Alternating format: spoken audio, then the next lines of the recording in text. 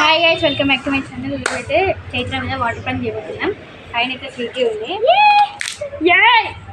అదిగోండి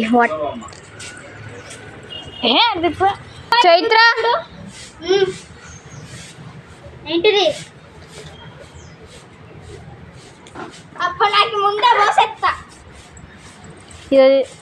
హాయ్ చెప్పు. హాయ్. ఒక నిమిషం ఆగు స్వీటీ. ఏంటిది? స్టార్ట్.